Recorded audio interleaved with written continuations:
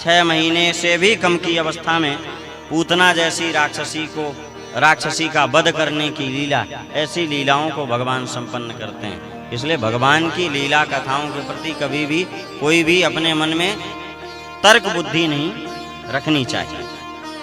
भगवान की कथा है, आनंद पूर्वक श्रवण करो, और नहीं तो इसमें जितना खोते चले जाओगे फिर भीतर घुसते चले जाओगे। ये तो मकड़ी का जाल है। इसलिए जो कथा बताई जाए, जो कथा सुनाई जाए, उसको बड़े प्रेम से, बड़े प्यार से, बड़े भाव से सुननी चाहिए। किसकी कथा है? हमारे अंदर तर्क बुद्धि क्यों नहीं आनी चाहिए? क्योंकि जिसने हमको और आपको बनाया है, हम उसकी कथा सुन रहे हैं। उसके लिए हम अपने आप को अच्छा मानते हैं ना, अपने आप को अच्छा मानते हैं ना। कौन अच्छा नहीं मानता है? हम अपने आप को, हम और आप अच्छा मानते हैं, तो हमें और आपको अच्छा बनाने वाला अच्छा नहीं हो सकता है क्या? उसने हमें बनाया है, हम उसकी कथा को सुन रहे हैं। उसकी कथा को सुनते समय हमारे मन में तर्क वितर्क की बुद्धि आए, ये अधर्म है। भगवान की लीला कथाओं के प्रति अपने मन में कभी भी किसी भी प्रकार का कोई संदेह, कोई संशय नहीं रखना चाहिए। कृष्णावतार में भगवान जगह जगह अपनी प्रभुता का दर्शन करवाते हैं। थोड़ी देर के लिए अपनी भगवत्ता का दर्शन, और देखे कि अब तो ये हमको भगवान समझने वाला है, बस सोई माया का पर्दा डाल देते हैं। क्यों? बोले इसको सब कुछ भूल जाए, इसको कुछ याद ना रहे। याद हो जाएगा ये हमको, भगवान समझ बैठेगा। अभी तो आगे बहुत कुछ लीलाएं करनी, भगवान समझ लिए जाएंगे, तिजोरी में बंद कर दिए जाएंगे, और वही सुबह शाम का जो भोग होता है वही होगा। भगवान कृष्णावतार में अनेकों बार अपनी प्रभुता का दर्शन करवाते हैं।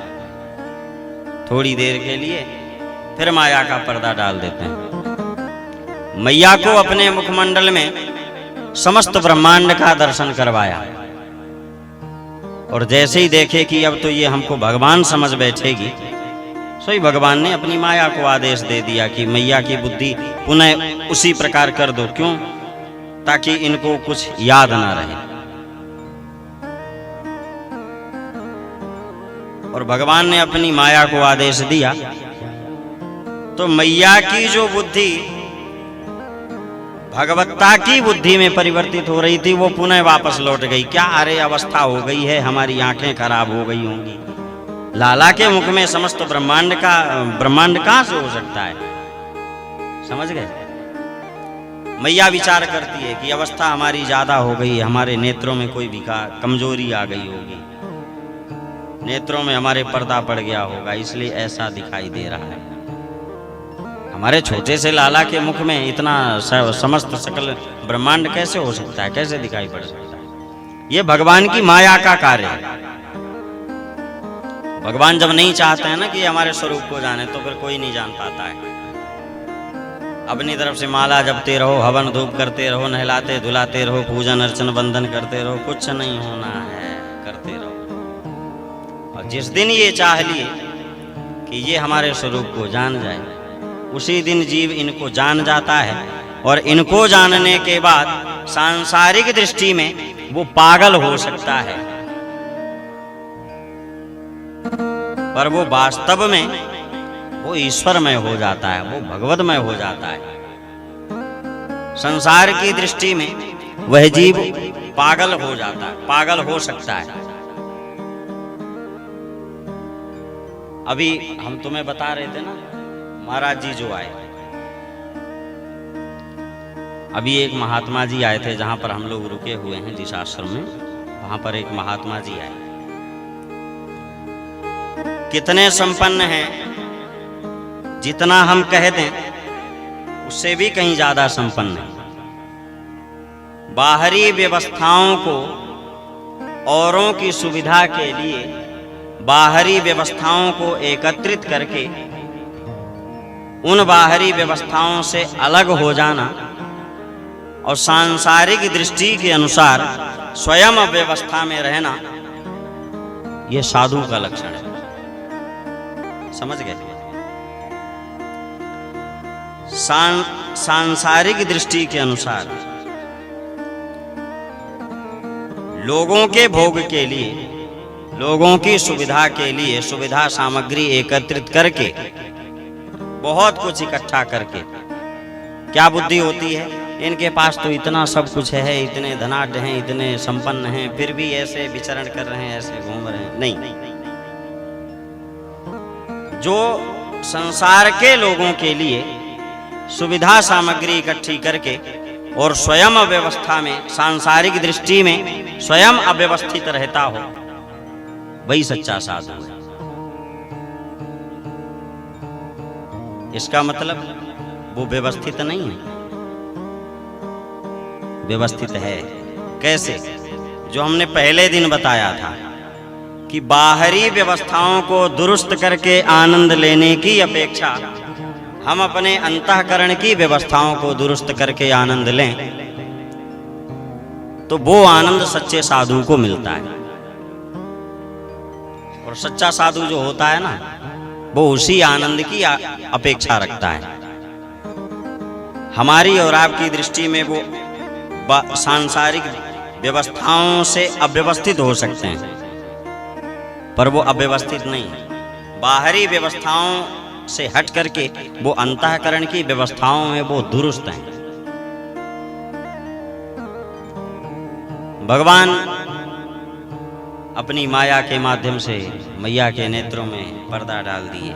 मैया के मन में विकार आया, नहीं, मेरी तो अवस्था हो चुकी, मेरे नेत्र कमजोर हो गए।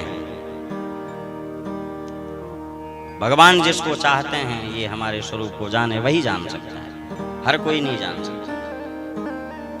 अपनी प्रभुता का दर्शन करवाते हैं, क्योंकि जानते थे कि आगे आने वाले समय में रुक्मिणी हरण भी करना है ना हमको। तो कुछ होंगे दो चार जो पकड़ करके बैठ जाएंगे कि भगवान ने तो 16,108 विवाह किए, तो अपने चार छह तो बनते ही हैं। बोले नहीं, ऐसा किसी के मन में विकार ना आए, इसलिए भगवान ने गिरिराज पर्वत को धारण कर लिया। इतनी बातें समझ में आ गई। भगवान अपनी प्रभुता का दर्शन करवाते हैं। भगवान की ये भगवत्ता है। उदाहरण आप समझो, सरल सा समझो। संसार में कोई व्यक्ति बहुत धनाढ्य हो जाए, अथाह संपत्ति जिसको कहते हैं वो हो जाए, पूरा संसार उसके दरवाजे पर नतमस्तक होने के लिए नहीं जाता है।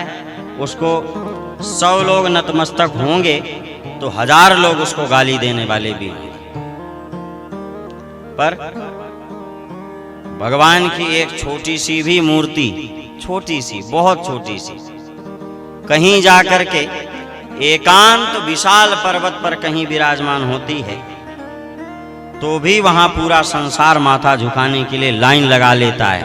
केदारनाथ और बद्रीनाथ में देख लो, केदारनाथ का रास्ता सरल है क्या, सुगम है क्या?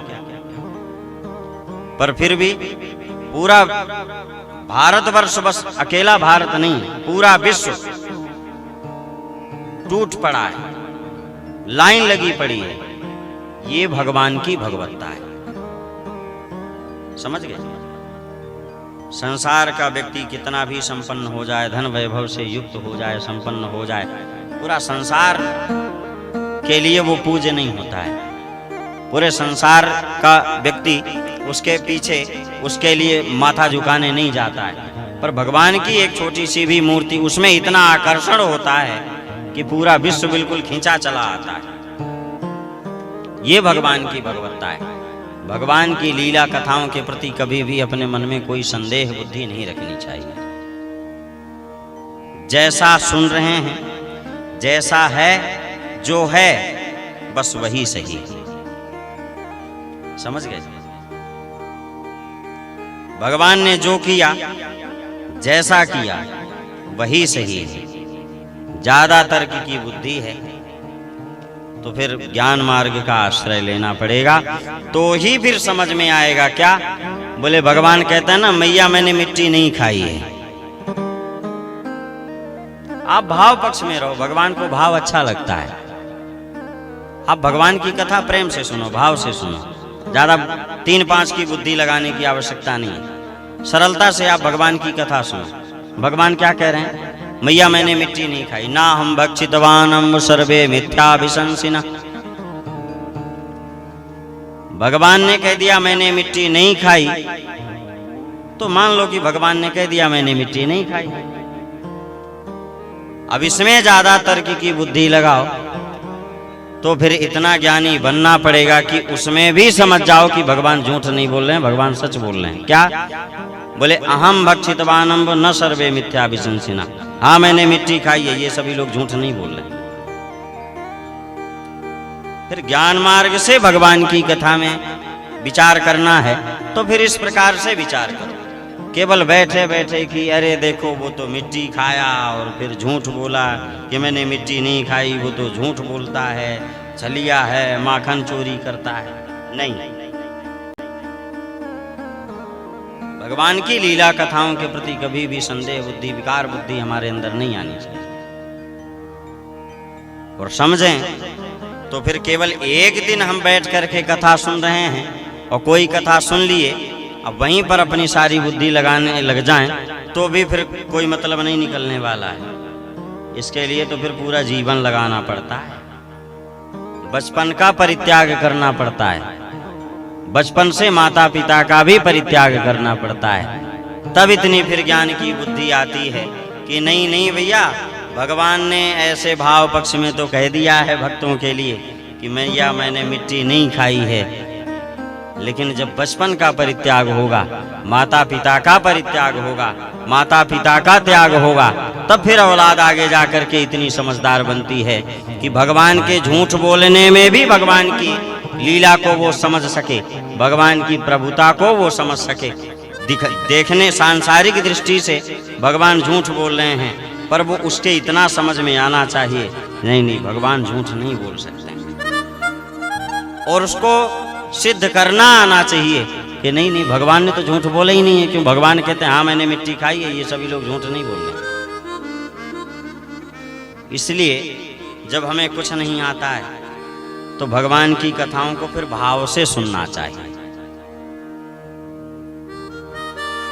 समझ में आ गई बात?